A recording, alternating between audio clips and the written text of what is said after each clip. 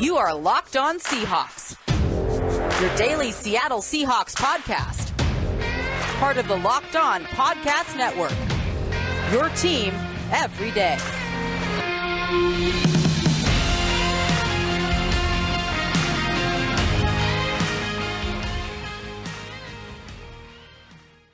All right, well, we are here with a very, very special edition of Crossover Thursday because we have one that we don't get very often. It's Locked On Chargers and Locked On Seahawks on today's Crossover Thursday. Definitely thankful for Corbin Smith joining the show and for me joining Locked On Seahawks. What's up, Hawk Nation, or whatever you call yourself, 12, I should say, I guess.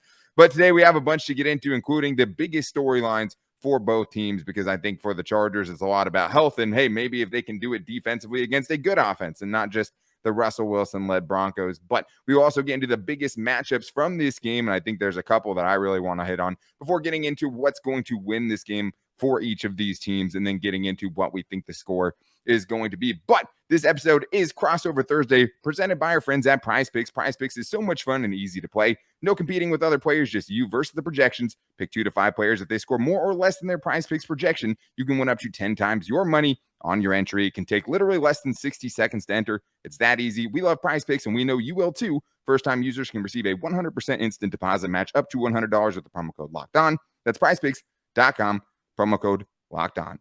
All right, Corbin. I mean, I think this is an interesting matchup between two teams who I think are in different spots, because, I mean, the Chargers, even at 4-2, a lot of fans feel like they've underachieved so far. Somehow are not happy with that. And I mean, the Seahawks, I think, are, at 3-3. That's a great start for the team that was kind of written off at the bottom of the NFC West. So when you're talking about the Seahawks and the biggest storylines for them right now, where would you start?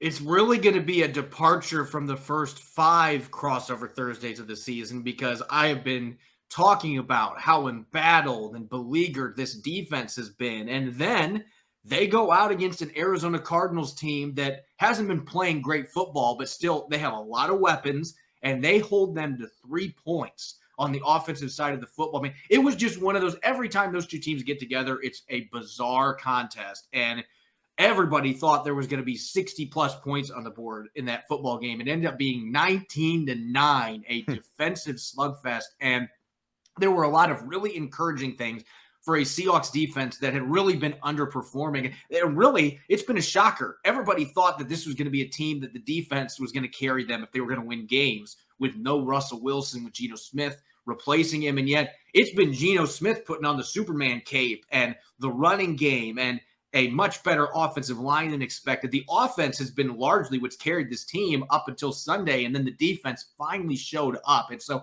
that's the big storyline here. Was that an aberration against a team in the Cardinals that really self-destructed in that football game? They've self-destructed most of the season. Things are not looking good in the desert. Or was that truly a turning point where the pass rush came to life? They started using their personnel better. They're really athletic defensive tackles. Let's one gap with them and have them penetrate instead of read and react. Let our linebackers fly around, play 3-4 safety looks rather than 2 linebackers in the field most of the time. Was that a sign of things to come, or was it just one game where the opponent is one they've really mastered as of late? They've had a lot of success against Kyler Murray. That's really going to be the biggest question going into this game against the Chargers offense that, as I'm sure you'll talk about, hasn't necessarily lit up scoreboards the way that people thought, and injuries have played part of that. Yeah, the injuries have been a huge part of that. And I think, going into last week, they had 2 games in a row where on average they scored 32 points per game. So it was kind of one of those things where, did they turn a corner, was something we were asking before they went up against that really, really good Broncos defense. And I think one thing that's very similar between these two teams is it did seem like there was a turning point in the last game for the Chargers defense, and it came when they ended up benching their $82.5 million cornerback J.C. Jackson and putting in Michael Davis, a guy who had already been benched himself before in the past under Brandon Staley. And I think it's for the Chargers, can you do it again, but against a good offense? Because at this point, the Seahawks are legitimately a good offense, right? I mean, everyone's seen the high point totals that they put up, even though I guess last week it wasn't maybe up to their lofty standards they've set for themselves. But a team that's 12th in yards per game, 9th in points per game, they score more per game than the Chargers. I wouldn't have had that going into the season at all. And so I think for the Chargers defense to take in, did you actually turn a corner in that second half? We know J.C. Jackson's going to start. We'll talk about that in the next segment. But they held the Broncos to -9 net passing yards in the second half and overtime. in that last game. I mean, it was a suffocating performance, but going up against an offense that everybody in the league through 6 weeks was talking about how bad that Broncos offense has been so far, right? And I'm sure Seahawks fans, know all about that, keeping an eye on Russell Wilson. But I think there's definitely parallels there because the Chargers defense also has to show, and Brandon Staley as the defensive guru, right, which is what he kind of came in as, they have to prove that against a good Seahawks offense, against a good quarterback in Geno Smith. It's still so strange putting those words together. I thought Geno was going to be a solid starter based on the way he played for them last season, but he's eclipsed every expectation. He's still first in the NFL in completion rate, completion percentage above expectation, top 3 in passer rating, top 3 in yards per attempt. I mean, he has been fantastic. He truly has been a top 5 quarterback. Now, last week, he didn't get a lot of help. The offensive line had more struggles than they've had at any point this season, and yet he was able to make the throws he needed to make late in the game, and he was staring down blitzes and delivering lasers to receivers, not named DK Metcalf or Tyler Lockett. I mean, he was using secondary receivers and having a lot of success. So I'm curious about this game because when Brandon Staley was the defensive coordinator for the Rams, he was really the one that I think started the campaign of slowing down Russell Wilson. He was the one that started unleashing those 2 deep shells and bracket coverages, and Russell Wilson could not figure out how to beat it to save his life. And he was so hot at the beginning of the 2020 season. And really, his play has been very pedestrian ever since that point, and everybody's following that blueprint now. But Geno Smith has been able to score a lot of points when teams have been doing that against him because he actually throws to the middle of the field. So I guess that's the other storyline here, just underwriting a little bit, that Brandon Staley's not facing Russell Wilson quarterbacking the Seahawks now. He's got to worry about Geno Smith. Again, words I didn't think I'd be saying going into this game. Yeah, the guy who's actually, thrown better and has been more mobile than Russell Wilson has been. He's a different threat with his legs than Russell Wilson is at this point in their careers. I think for the Chargers, it's also the big storyline is, can you keep up? Can you get the offensive pieces back, or can you continue to play well offensively if you don't have some of these guys back? It looked like Keenan Allen was a lock for this game coming up. He made some comments this week already that has made it seem less likely, and also just kind of acknowledging, hey, there is a chance I miss this game, and then I have the bye week right after, right? The bye week is also playing a little bit of a factor in who is going to play in this one, because if they don't play this week, they get a full few weeks off before they have to play in their next game against the Atlanta Falcons. But I mean, no Corey Linsley in this last game. Rashawn Slater is done for the season. And then you also have guys like Keenan Allen, who's missed every game since week 1. I mean, those are huge parts of this Chargers offense. I mean, Corey Linsley might be the most important out of all those guys. He had a food poisoning last week of all things, and the Chargers offense definitely felt that. If he can be back this week in himself, that's really going to help this Chargers offense. But they also have a couple more playmakers in Donald Parham and Josh Palmer, who are both in the concussion protocol now. So they're getting really deep on that wide receivers depth chart at this point. I mean, no Jalen Guyton, who is probably wide receiver 4 coming in.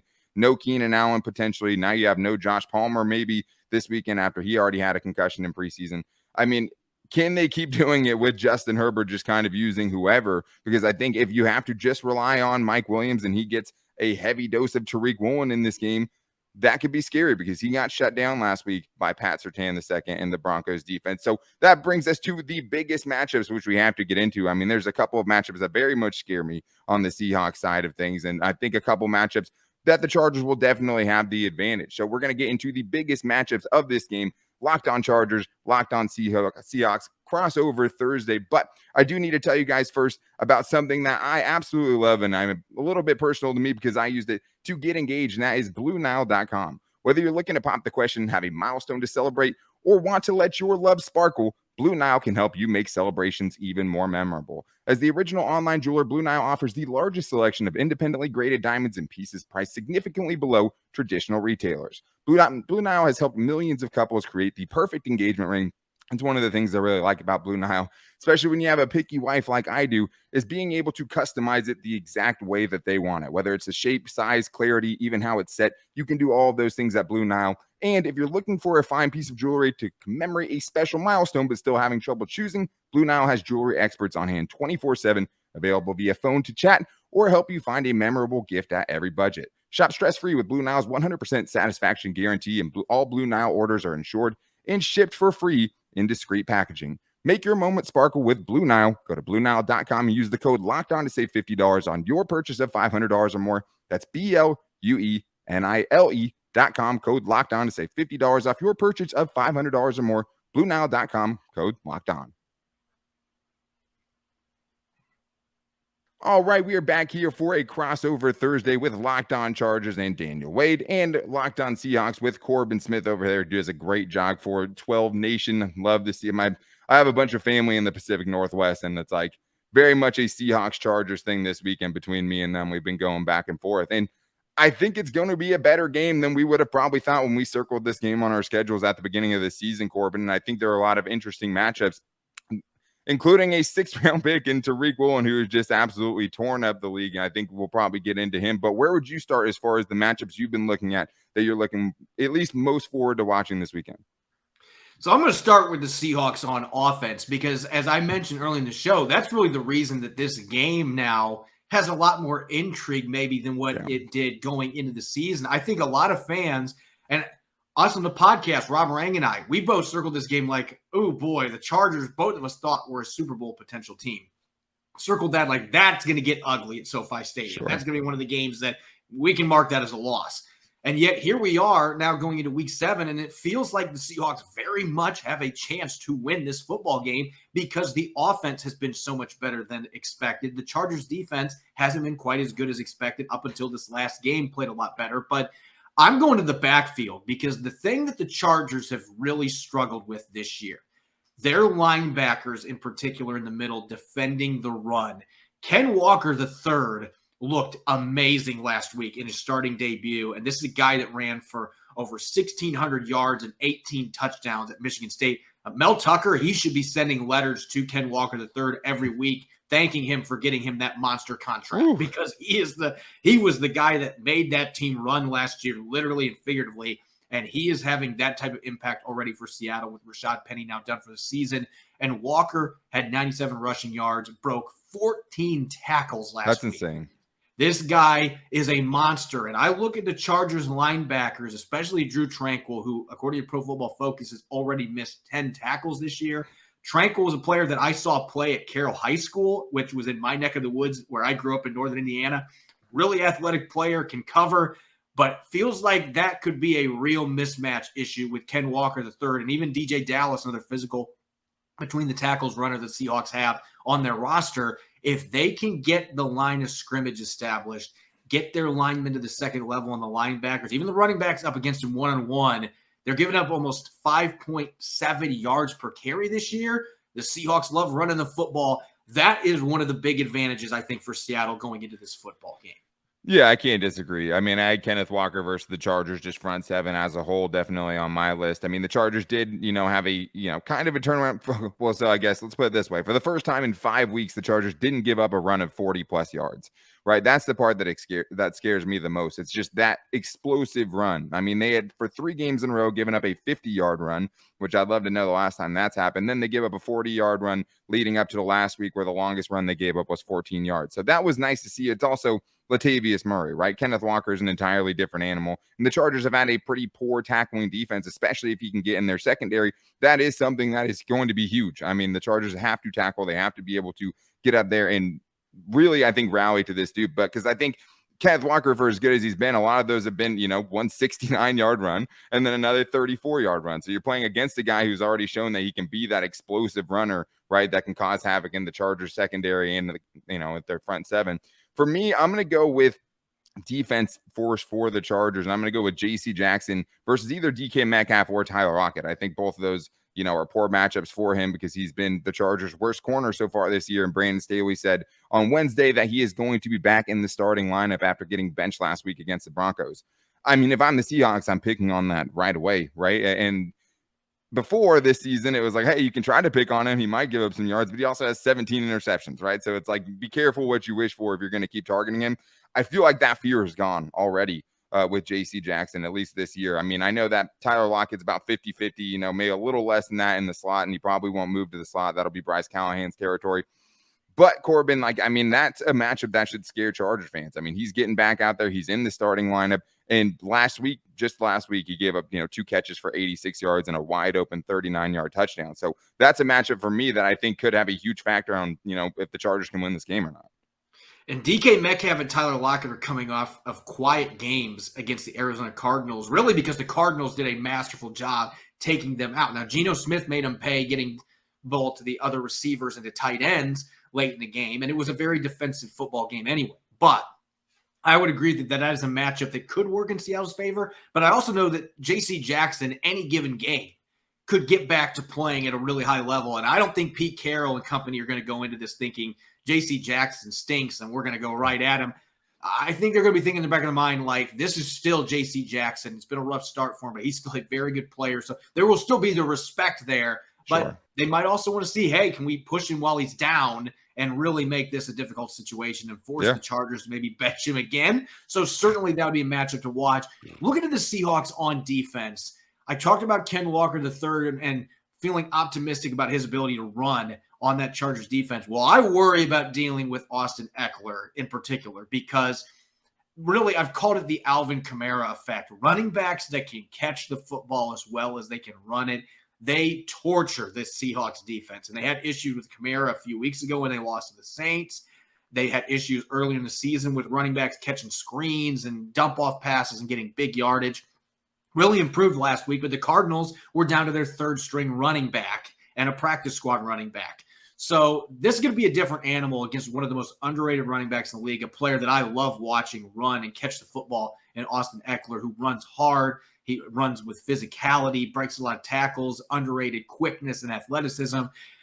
Anytime I see a running back like that is just as good at catching the football as running it and can do damage in both areas against this defense up to last week that had been so bad and so porous, that worries the living daylights out of me, particularly with the fact the Seahawks, according to Pro Football Reference, have missed as many tackles as any team in the league. They're at 41. They've been better the last 2 games. But that has been a major issue. And Eckler, he breaks a lot of tackles by default. So that really might be public enemy number 1 for the Seahawks going into this game, not Justin Herbert. I would still lean towards Herbert just because how good of a quarterback he is. And if they have Keenan Allen, that really changes things. But I would really be concerned about Eckler because this Seahawks defense up to last week, they were just like the Chargers. They were stuffing runs, and then giving up a 50-yard run. And they kept giving up explosives. And they were giving up big plays. Kamara had a 54-yard screen catch. This is a nightmare matchup for them if they play the way they did the first 5 weeks of the season. If they play like last week and they fly to the ball and they tackle well, then they should be okay. But anytime there's a running back of that kind of talent and that versatility, that's usually a worrisome matchup for the Seahawks. And a quarterback who's willing to, give him 10 catches like he had in the last game. That was, him throwing the ball 57 times. So I don't think that's going to happen again, hopefully, this week for the Chargers. But I'd say the last one quickly here, Mike Williams versus Tariq Woolen. I mean, I don't know if they're going to match up all the time together in this game, but I'm hoping they don't, because one thing that Mike Williams has been this year, super boomer bust, right? He has 3 games where he's gone over 100 yards, and he has 3 games where he's had 15 yards or less. Like, that's about as boomer bust as you're going to get. He had a couple of good catches the last couple of weeks that probably were catches that didn't get called catches. But now he draws someone who's a big, physical, super athletic corner that has 4 interceptions already this season. And it's going to be interesting because the Chargers offense definitely struggled when Mike Williams was taken away from them basically last week. And you don't necessarily have the secondary options you normally have. Gerald Everett's sick. Donna Parham's probably going to miss this game with a concussion. Josh Palmer's probably going to miss this game with a concussion potentially. So if Tariq Woolen can take away Mike Williams, I mean, that's a huge break for the Seahawks defense. If Mike Williams can have his way and put up another explosive performance, that I think bodes well for the Chargers offense. Yeah, I actually am I'm not going to say concerned, but I think that is a matchup that maybe could play into the Chargers' favor because Tariq Woolen at 6'4", 210 pounds, very rarely has receivers across from him that are bigger than him or match up physically against him. Mike Williams can do that. And so I'm curious to see how that plays into things because he can obviously run with anybody with 4.26 speed and his long strides. He's an effortless 4.26, but he hasn't had to play against receivers that have that kind of size and that kind of length that can really beat you downfield and can win high pointing the football. And so I'm interested to see how he holds up. Based on what it played like the last couple of weeks, I would think that he can handle this. But at the same time, it is a different type of challenge than what he has faced in the first 5-6 games of the season. And so that is one that's very much up in the air to me. And it could be a game changer, as you mentioned. If the Chargers can get Williams established, that opens up things for some of their other receivers, whoever's available. This is a Seahawks defense that's been very generous most of the season. If Williams is taken out of the game and Woolen gets a few pass breakups or gets a 5th interception in 5 games and gets into Herbert's head a little bit, I mean, then suddenly the Chargers might be punchless in this game. So I do think that is a very pivotal one-on-one matchup for both teams going into this game. Yeah, when Austin Eckler doesn't hit the same when you don't have any other options, right? When everyone can just key in on him. It helps Austin Eckler tremendously when he has Keenan Allen out there running around. You have to plan for that, right? Or Mike Williams, who's a physical mismatch in most games, right? Not as much when you're going up against a 6'4" corner like Tariq Woolen. But it is going to be an interesting game, and I think it's a lot closer than we all thought it was going to be at the beginning of the season. So coming up next, we're going to be getting into what we think is going to happen in this game, the key thing that's going to probably end up deciding this game, and get into our predictions for this game. But I do need to tell you guys something, and here's a sports analogy for you. When it comes to burglars, your home is like the end zone, and you need the absolute strongest defense you can muster. This is why I use and trust Simply Safe Home Security. At Simply Safe, your safety is the only thing that matters. It's cutting-edge technology powered by 24/7 professional monitoring agents who will always have your back, so you always know your home is safe. I use Simply Safe, and I love it specifically because I usually have to leave my dog home alone at work all the time. One of the nice things about Simply Safe is you can get the app on your phone, and you can stream your HD cameras that are at your house straight to your phone. If something happens while you're gone, they will automatically call first responders or police if they have to, even if you can't respond to them. So for me, hey, if there's a fire or something nearby, I know that I can have Simply Safe kind of watching over my home when I can't. And they're 24/7 professional monitoring with Simply Safe agents who you can call in a moment when a threat is detected. And Simply Safe blankets your home in protection with advanced sensors for every room, window, and door. HD security cameras for inside and outside your home. Smarter ways to detect motion that only alert you when a threat is real. Right now, guys, you can customize the perfect system just for your home in just a few minutes at simplysafe.com/LockedOnNFL. You guys can save 20% on your Simply Safe security system when you sign up for an interactive monitoring plan and get your first month for free. Visit simplysafe.com/LockedOnNFL to learn more. There's no safe like Simply Safe. All right, well, it's time to put our money where our mouths are, I guess, on this crossover Thursday. Special thank you to Corbin Smith for coming on the show today for this crossover event, Locked On Chargers and Locked On Seahawks, in a game that all of a sudden is really exciting, right? It's going to definitely stress me out, but it's exciting that it should be a pretty good game, at least the way I'm seeing it. Maybe Corbin feels a little bit differently, but make sure you guys are also following us on Twitter. You can find me on Twitter at Dan Talk Sports and Corbin on Twitter at Corbin Smith NFL. All right. It's time to get into the big key that's going to decide this game, Corbin. I mean, I think there's a couple different ways I could see you going with this one. So where do you want to start?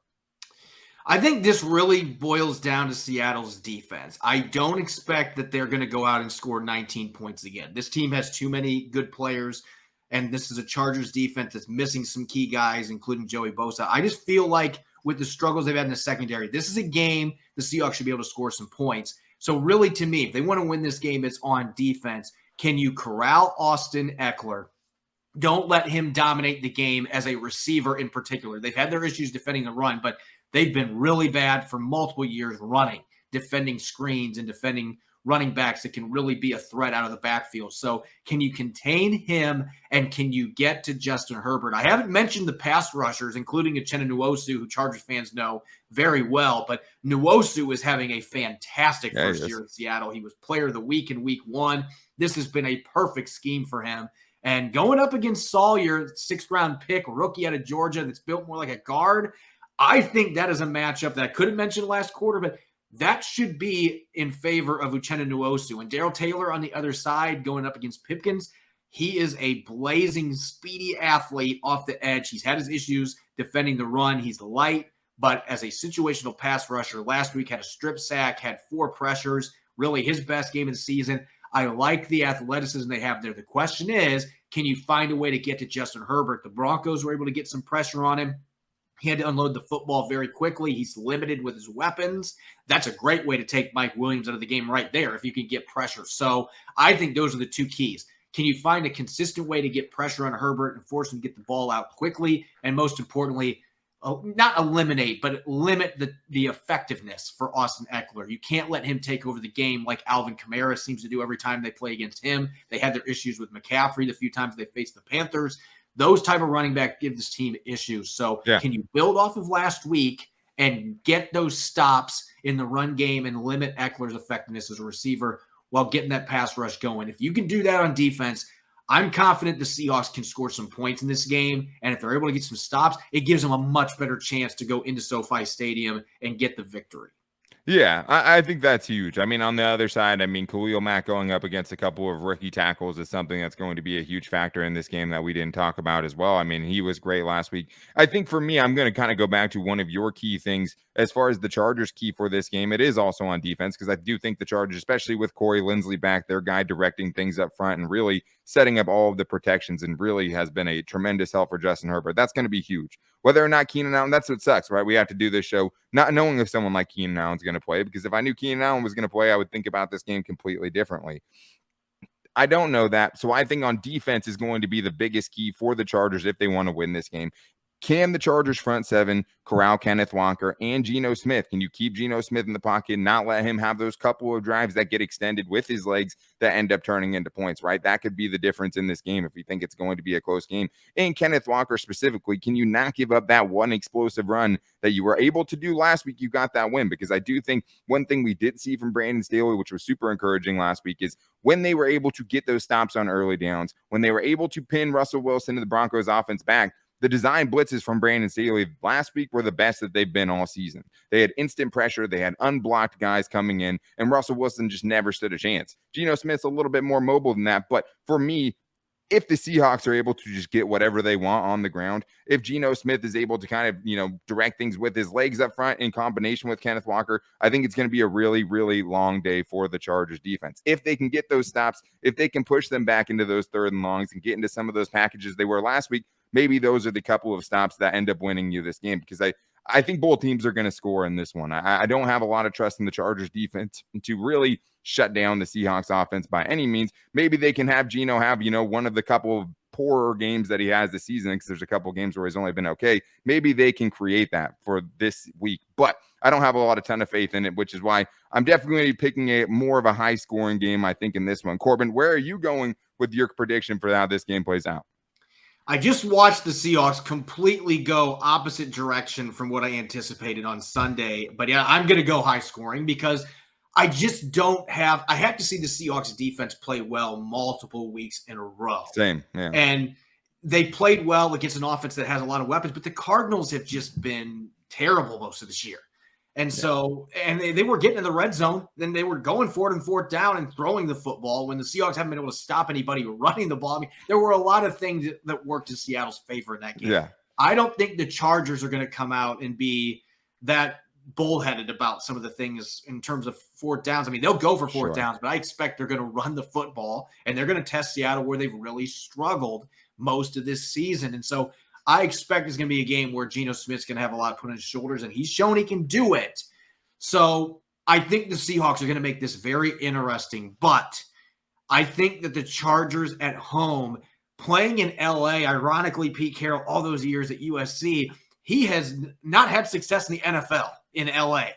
And so they've got to get over that curse here. I don't think they're going to find a way to do it. I think it's going to be a very close game, but this is how high scoring I'm going. I'm going 33-30. I think Seattle is right with them late, but I think the Chargers are just going to have a few too many things going for them. And this defense has not shown me consistency. And so until I see multiple games in a row from that defense playing at a really high level, hard to me to have faith that they're going to be able to do that against Justin Herbert, even if he is missing some of his weapons. Still feel like they have enough guys. And with Lindsey most likely coming back, that line's going to be playing better. It just seems like this is a game maybe the Chargers, just a slightly better team on paper, win this one at home by 3. But I could see it going either way.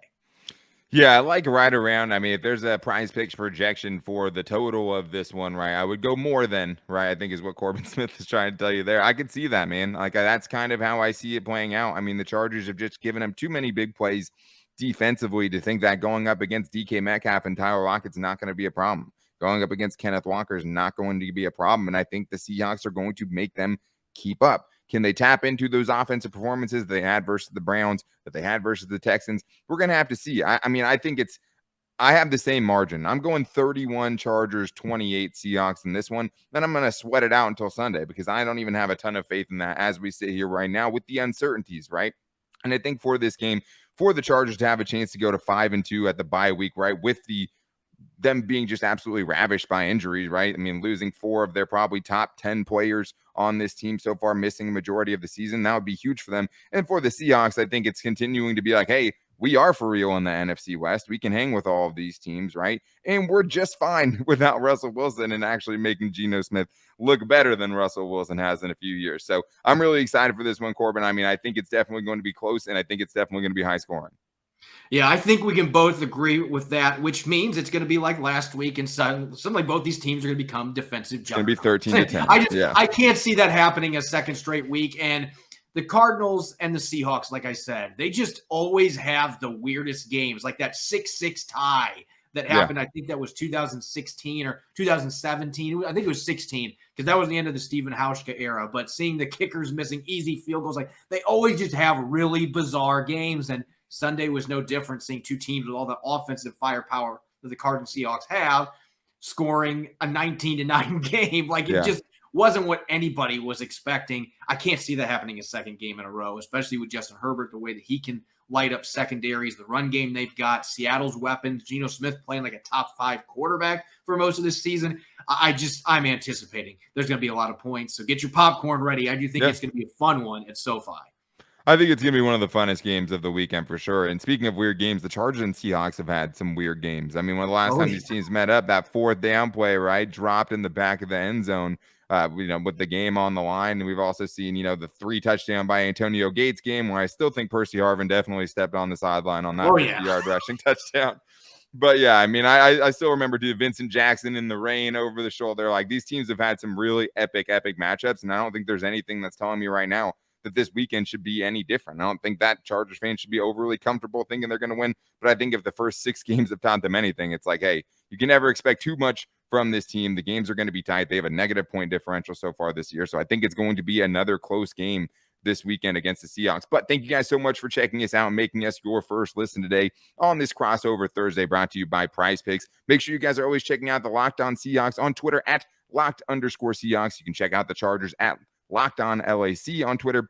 And you can find me on Twitter at Dan Talk Sports and Corbin Smith on Twitter at Corbin Smith NFL. I had a lot of fun doing this. Make sure you guys, for 12 Nation out there, right, make sure you guys are back for Blue Friday for the Locked On Chargers. You guys can check back in for our keys for success for our Friday show. And hey, guys, let's get ready for a really fun matchups. Thank you guys for all checking in, and make sure you find Locked On Chargers and Locked On Seahawks on YouTube, where I'm, at Locked, or subscribe on YouTube, and you can also find us wherever you get your podcast from, because it's Locked On Podcast Network, your team every day. And thank you guys again for making us your first listen. If you need a second listen, make sure to check out the Peacock and Williamson show, the best voice on the network. Brian Peacock goes with former NFL scout Matt Williamson. They do a great job keeping everyone up to date with everything going along throughout the league. I mean, I'm so Charger centric. It's always nice to get up to date with everything else going on. But make sure you guys are back for the Friday shows of Locked On Chargers and Locked On Seahawks. And let's have a great game. Go 12, I'm sure Corbin Smith will say, but I'm going to end this thing by saying, go Bolts.